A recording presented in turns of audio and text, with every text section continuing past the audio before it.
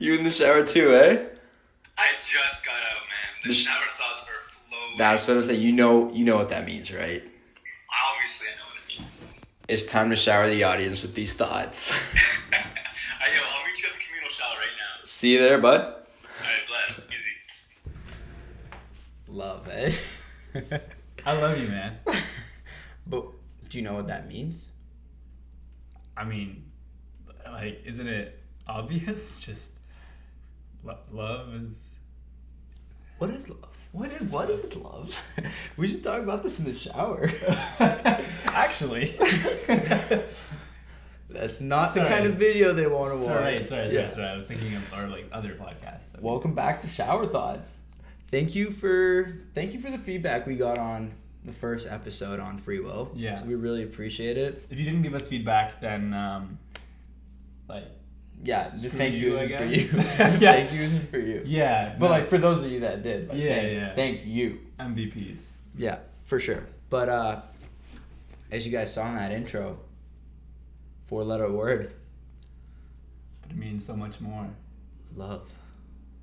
Man, this just sounds like such a deep topic, but we're going to break it down. Yeah. And obviously anything we say is just our opinions based on our own experiences and what we've been through in the past, the conversations we've had, especially Saf. For those of you that are close to Saf, I'm sure he's brought it up to you at some point, brought up the conversation of love.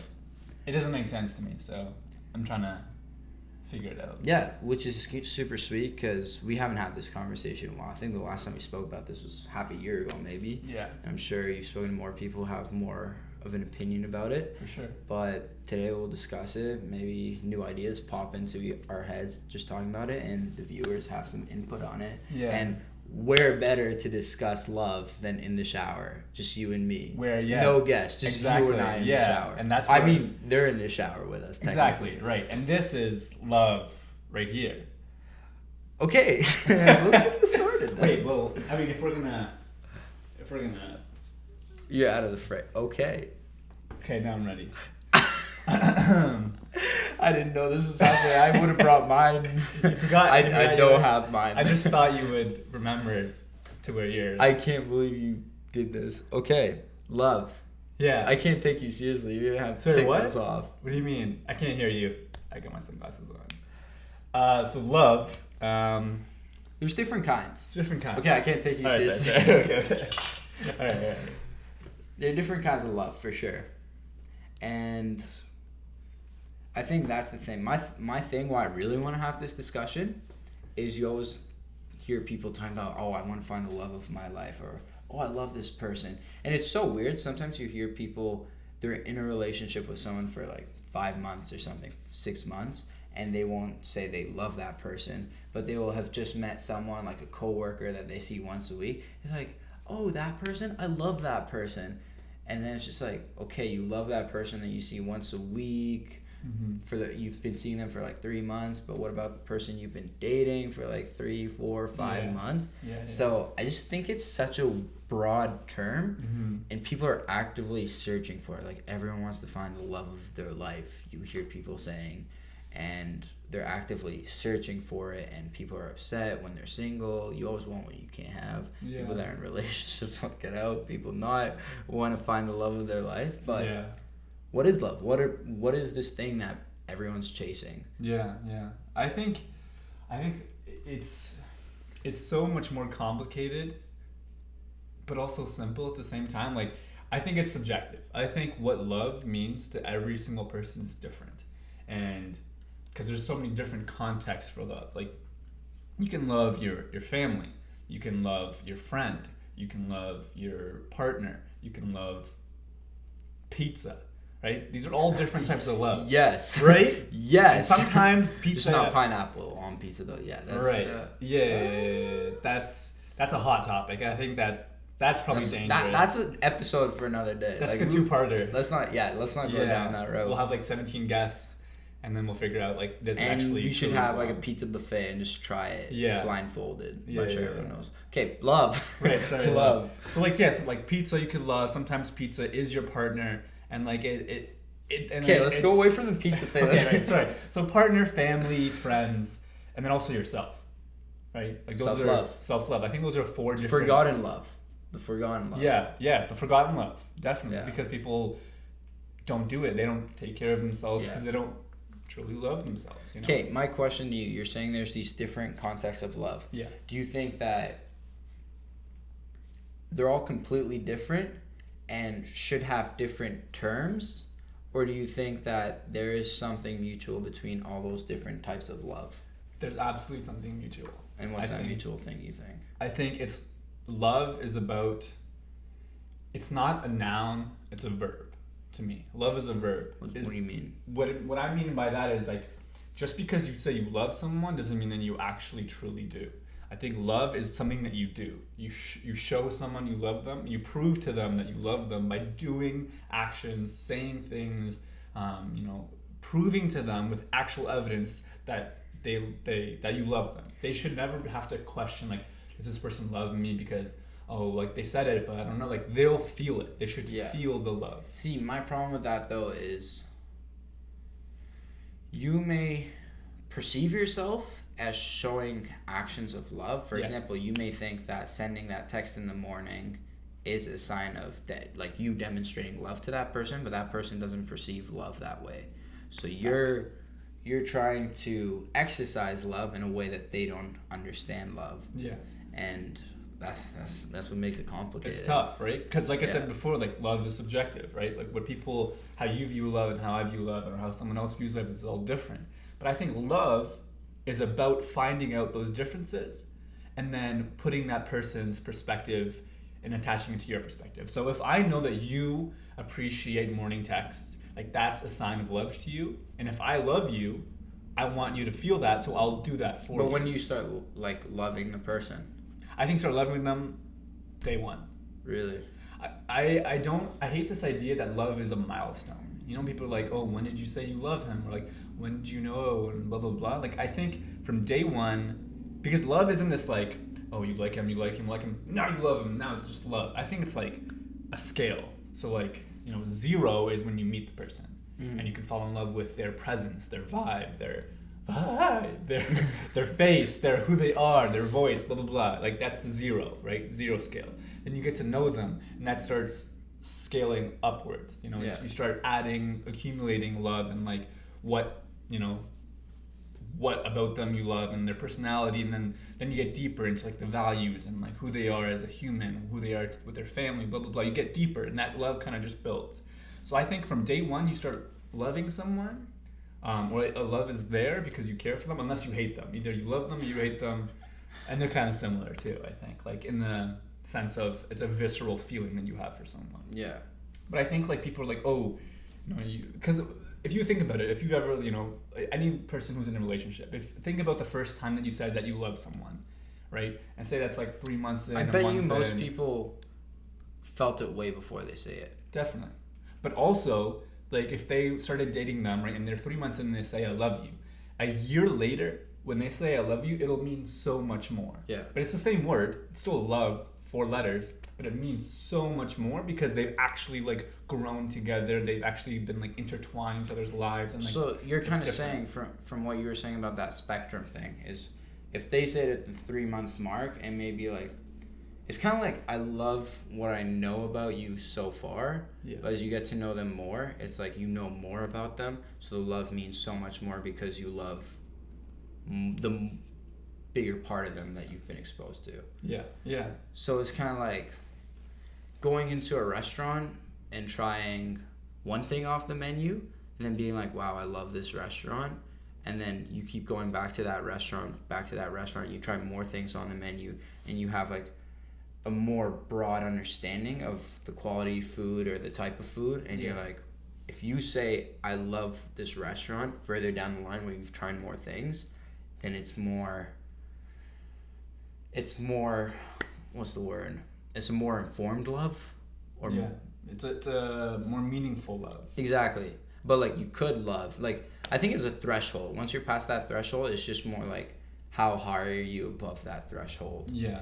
But I think even in the threshold, it's all love. If you're below the threshold, it's still a form of love. It's just like a very light form of love. Like I love, like if you go to a restaurant once, like you're saying, use a restaurant example. You go to a restaurant once, and you haven't, you're like, it's so good, and you go tell someone, oh, I love that restaurant, right? Like, oh, like that place, like I love it, but you've only been once, you only tried one dish, you know, but then if you keep going, if you show that love by like going back over and over again, trying different dishes, recommending it, tipping the waitress, like, you know, if you actually like do stuff that, you know, shows how much you love this place, then that's, you know, actual more love, I think, versus that goes back to the noun verb thing as well that you were saying.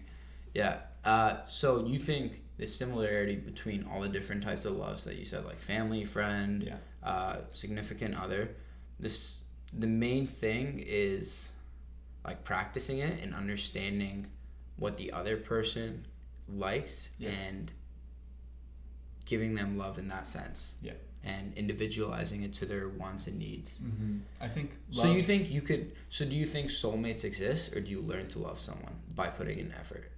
Like if you put your head down and you make it your mission that I'm gonna love this person, do you think you can do that? I think that there's a potential to do that. I don't think it'll work with anyone. Like you have to have some similarities. You have to have some type of unexplainable connection. Something that kind of... Because those are the people pleasers, right? Like we all know people that just know how to make people like them. Yeah. And will make them like them even if they don't like them.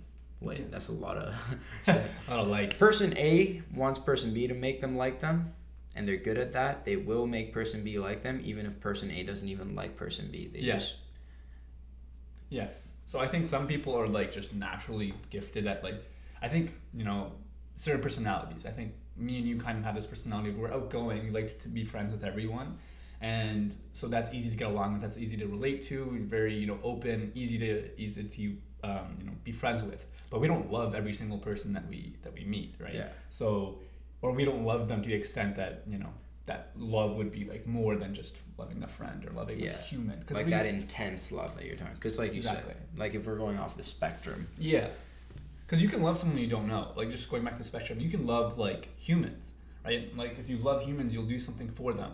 Like if you're, you know, you're a clinician, you love your patient. I mean, because you love them in a sense, you want to do the best for them. And I think that's what love is. Again, like wanting the best for someone. That's what you think love is? I think that's a big portion of it. Wanting the best for them, because that shows, I think love and empathy are really intertwined. And in terms of like, you want the best for that person, even if it has some sacrifice to yourself. But also you have to like balance that with self-love. Yeah. I mean, I don't believe in true selflessness. And that's something we can talk about again in another episode. Add it to the list.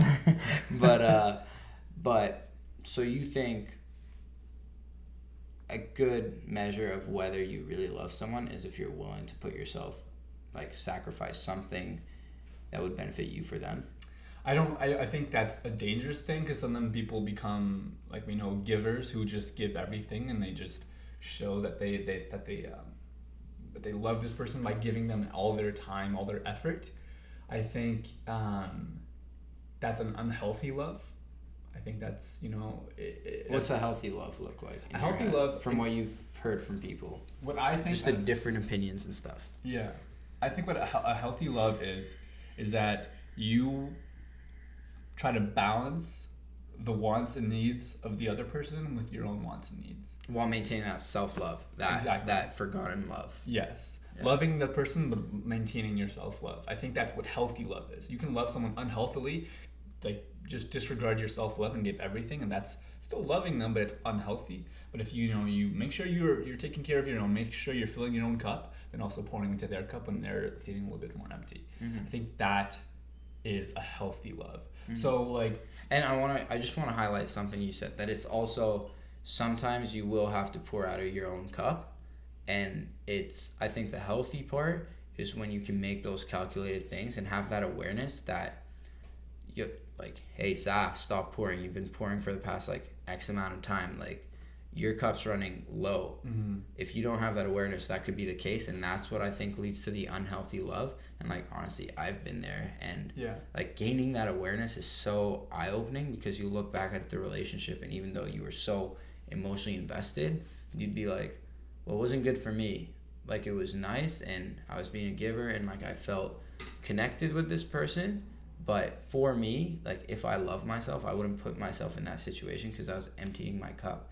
But for me, based on what we just discussed, it's also like if you're gonna have these actions, you have to pour out of somewhere. Like that love has to come from somewhere and at the expense of something.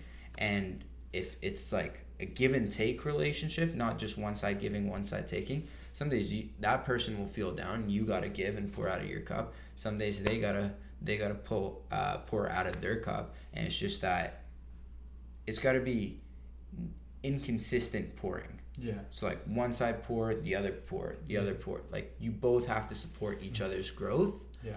And have like your own hustles that you're working on, your job, and things that matter so much to you. You don't forget about yourself. You have that self-love, and that's where your cup gets bigger and more filled, and then you can pour more. Mm-hmm. Versus if you just put your side hustle on the side, it's like, all I'm going to do from now on is love you. It's like you're not getting anything else into that cup. So anything you give that person is just gone. Yeah. And the relationship grows if both cups are growing. Definitely, 100%. That was deep. That was That'd good. Be up. That was deep. sick. Yeah, we could end it right there, but we won't. Yeah, I think like it's requited and unrequited love, right? Like it's whether the person reciprocates in the same amount or not. I think, if I'm doing things for you, like this is how I kind of think about it. It's almost like a hierarchy, but hierarchies are dangerous. But I think it's almost like you're ranking things. Yeah. So I think you should rank like almost like they kind of fluctuate between first and second is the happiness and the health and the caring for your partner, but also caring for yourself. I think those two will go up and down. So sometimes like your partner needs it and you're gonna help them more. Sometimes you need it and you're gonna help yourself as much as possible. And you hope that the other person is doing the exact same thing. So whoever needs help in that moment, maybe sometimes you both need help, you'll help each other. Facts. And you'll help yourself at the same time. Yeah. And then the relationship comes beneath those two things, I think. So sometimes people are in a toxic relationship and it's making the other person unhappy, or it's making yourself happy, or it's unhappy, or making both of you unhappy, and they just stay in a relationship because they value the relationship. Mm-hmm. They've invested. Yeah. Like that's the thing. A lot of people invest. Like if it's been like 1 or 2 years, they're like, yeah, but like I've already put like 1 to 2 years into this. Yeah. Like let's just make it work. Mm-hmm. I don't want to have to get to that point again. I have to be in a relationship for 1 to 2 years again. Yeah. And then I can grow. Yeah, it's like a habit, right? You just get so used to it. You're so comfortable. It's discomfort. Like people don't want. People just want to avoid discomfort. Yeah. You're like, I already know their family. I know their siblings. Like I know what they like. I know how to demonstrate love in a way that they like. Because if you end up falling for someone, if you stay the same, like you'll probably end up with someone similar. But everyone's got their own differences, and if you really care about that person, you're gonna have to learn how to love them the way they want to be loved. Exactly. Yeah. I think so. It's so much discomfort in people's heads, but it's something you gotta do. That's where you grow. And that's where maturity comes, where you gotta tell yourself, you gotta have that self-love to tell yourself that I love myself enough to know that I shouldn't settle because of comfort, and this may suck in the short run, but in the long term, I'm going to end up with someone where it just feels like sparks all over the place and there's no honeymoon phase. Like the whole thing's a honeymoon phase. Yeah, yeah. And I think like you look at some old couples and like the way they still look at each other, like 60 years down the line or whatever, you're like, man, you got to love yourself enough to know that you deserve that and nothing less. And even though you're comfortable, you got to be like, yeah, it sucks and there's going to be some discomfort for a bit, but I love myself enough to know that I deserve to have that. Yeah. And there's nothing wrong with that. It sounds confident, it sounds cocky, but you got to love yourself and tell yourself that. 100%. Yeah. If you don't believe it, who will? Yeah. Yeah. If you don't believe it, who will? If you keep telling yourself that, no, I'll never find someone like that, so you're just going to cling on to anyone that likes you, even if you know they're not what's best for you. Yeah. Yeah. Even if they don't show you that they actually love you, you're like, well, they said it. And I need them. That's where I think. It's not the actions. That's what bothers me when people use the word, and like, I'm not gonna call anyone out, but I know people in relationships that will tell their significant other I love you, and that's kind of what takes away from the value of the word. Like it's a weird balance of there being too much value to the word and people being scared to say it. Like everyone remembers the day they said I love you, but like you're saying, it's a spectrum. You probably felt it way earlier. Yeah. I'll get back to that because I have a point that I want to bring up in terms of that, but also taking away from the value of that, where people will be in a relationship and still be like, hey, I love you, and then on the side be telling their friends, oh my god, I'm so sick and tired of them, I feel suffocated or whatever. So then the value of the word kind of goes and you don't trust it anymore. Yeah. And that's why I think the value should be placed on the verbs. It's like, I don't care if she texted you or he texted you I love you, but did they should know you well enough to have, like, whether you are someone that stresses and needs like to see that person frequently, and that for you is love, them taking time in their day to like FaceTime you or meet up with you, or whether that is for them to send you that morning text. Like, everyone's different. Yeah. But if they're doing the things that you know are the ways you perceive love, because they should know it by then too if they love you, then they actually do. But if it's just a word, that shouldn't mean anything. 100%. I think it's you said like tons of amazing stuff. I think. Thanks, man. You're welcome. You know what? Sometimes you gotta show that love by like letting someone know. Oh man. Oh, this is the shower. No, it's kind of awkward. Oh, yeah. Our chest hairs rubbing against each other. Just in the shower, hugging it up. Yeah. Hey man, listen. You know what, man? It's love. What kind though? Like. No, I'm sorry. I interrupted you. Keep going. Okay. The pizza kind. Pizza kind. Yeah. So I think like going just kind of like rewinding a little bit. There's a lot of stuff on it. So you talked about self-love, and you talked about the words and the actions. So I think I just want to stress that because I think media and everyone just stresses like relationship love, like finding love, and all the movies are about finding love. Yeah.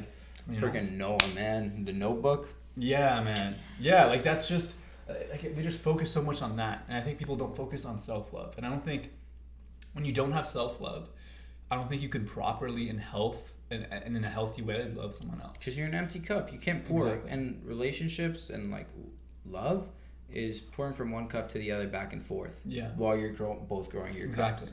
And I think like you have to know that you have to pour into your own cup. You shouldn't expect someone else to pour into your cup. So you should be self-sustainable. Yes. For me, the ideal relationship is you're both full cups and you don't need that extra. You don't need it. Like, you can get by. Yeah. Just as is. Yeah. But that duo, you both go to another level. Exactly. Together. Yeah. You're not going down. The other person's not going down. You're both going up. Yeah. That's healthy for me. Sorry, I just had to put that up. No, I agree. Someone shouldn't complete you. They should just, add to your life. Yeah. That bothers me when people say you complete me. You are complete. Yeah.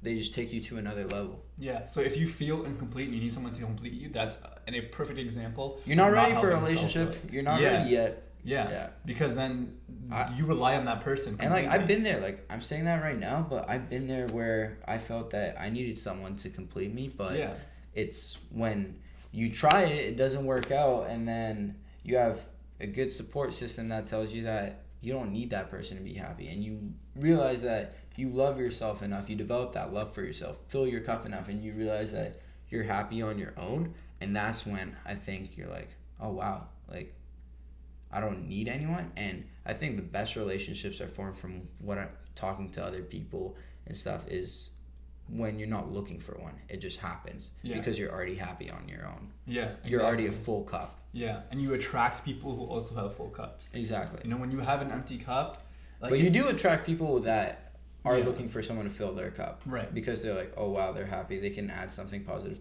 to my life. Yeah, yeah. But when you're aware of what a full cup looks like, you can recognize them. Hopefully you can recognize them in other people, because it's through conversation, it's through actions. And if their happiness relies on you being there, or on you, like every day seeing you, like if that's what's happening, then they don't have like that same amount of self-love. I think the word itself, self-love, like you have to love yourself, and it's just you to you, not like someone else can't give you self-love. They can't. What they do should never affect your self-love. Whether they break up with you, cheat on you, blah blah blah. Like someone like says something to you, that shouldn't affect your self-love, because it's within you, right? So that's obviously hard, way harder said than done. If someone who you love says something like you suck, It's totally okay. Like, it's gonna affect you emotionally. I read this thing at some point that I think actions affect you for like 4 seconds, where it's just a pure emotional response, and then you actively make the decision whether to hold on to that emotion or let it go. yeah. 4 seconds, I think it was. Correct me if I'm wrong, if you know what I'm talking about. But 4 seconds. So like, it's totally okay. Someone like end it with you. I'm sure it will take more than 4 seconds. But past that 4 second point, any moment you hold on to it, that's your choice. And it's okay to hold on to it so that, like, out of respect and understanding the importance of the situation and learning from it. I think emotions are useful in terms of learning, but there comes a point where you need to critically assess the situation, and that's when you should actively say, okay, stop, let me critically think of this. I love myself enough to know that if this person ends it with me, I don't deserve that. I deserve someone that like freaking wakes up every morning and is like, I want to be with you, or like, I'm the first person they think of in the morning. You should love yourself enough to know that you deserve that. Yeah. But not actively seek it. You're like, I got myself. You're like, it didn't work out, sucks, but I still complete myself. Yeah. And you're not the person that's going to take me to the next level because it didn't work out. Yeah. I agree. I think like when you have that self-love, it just like validates your worth to yourself.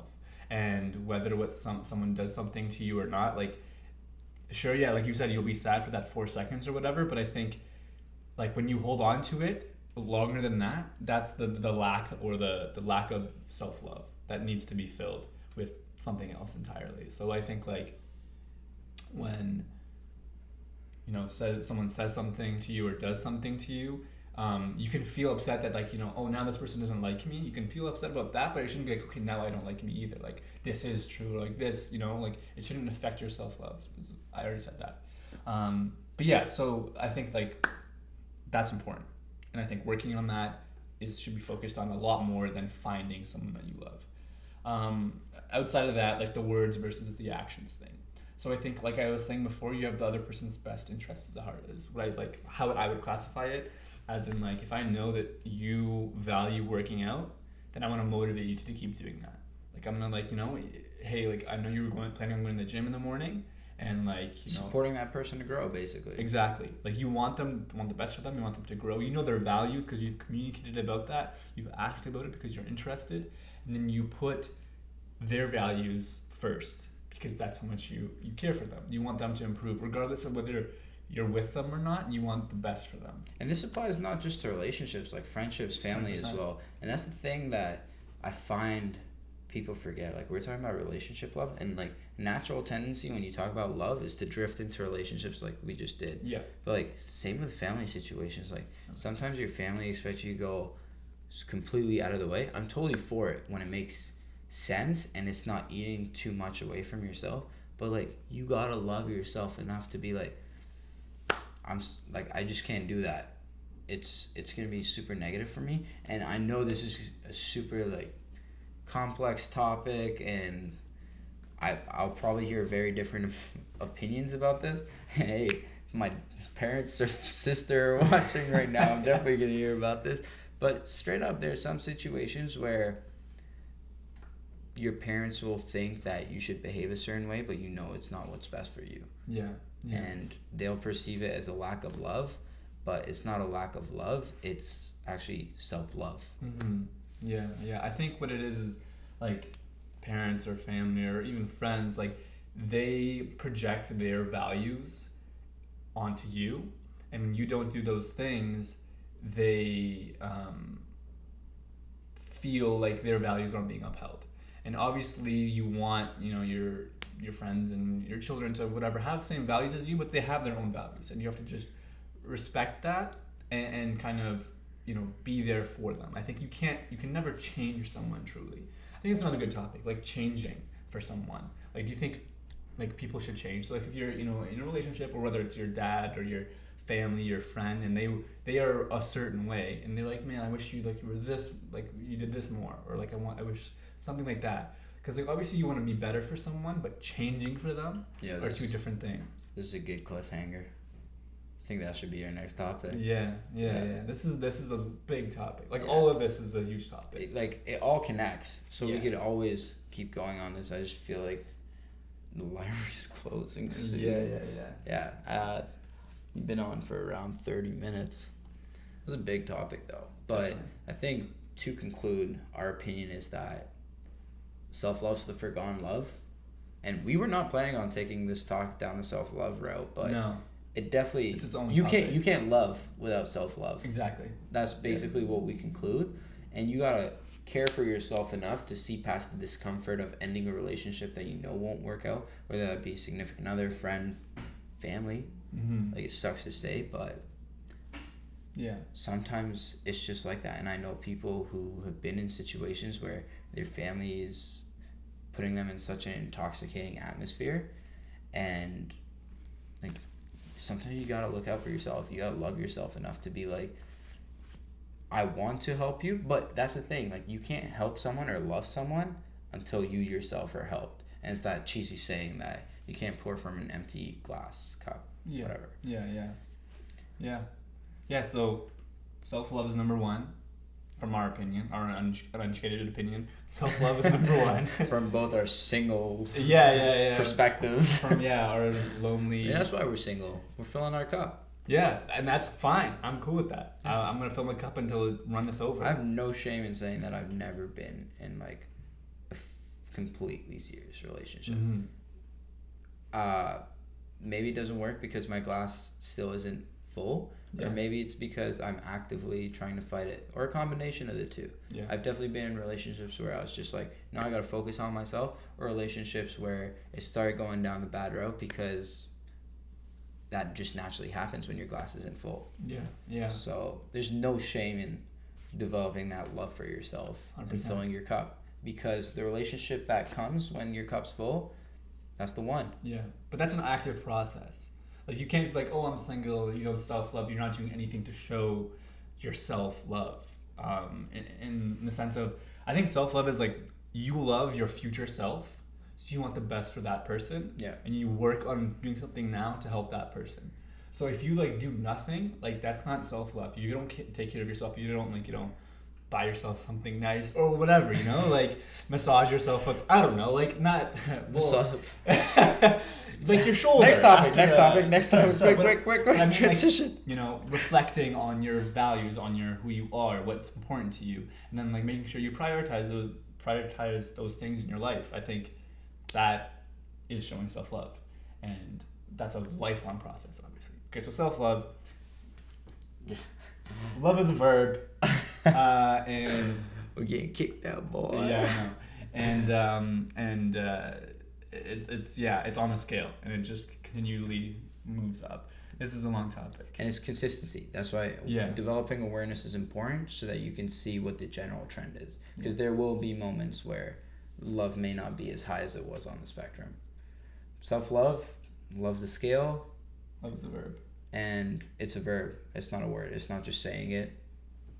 Practice it, and it's unique for everyone. So if you really care about someone, learn how they want it to be demonstrated. That's just our opinion, That's us talking love in the shower. That's all it is, man. That's all it is. Yeah. So we gotta get out of here. Thank you for watching. We love you. I mean, at least we're not gonna specify where on the spectrum. It might be like on the scale 0, -1. But it's on the scale. Congratulations. Spectrum scale. What you feel? You know what we're talking about. Okay. Comment what love means to you. It's good. Get them involved. Give me one action that shows that someone loves you. Next video will go up. Probably the topic of whether you should change someone or not, and when you should change. Yeah, that's a good topic. Yeah, self-improvement. Maybe that's the next topic. We'll figure it out. Let's keep them on their toes. Yeah. Keep ourselves on their toes. Once this video hits 500 views, next video drops. How's that? Yeah. What if we never hit 500? That's the end of the podcast. That was a good run. Thanks for tuning in for Shower Series. That was the end. Thank you guys. Take care.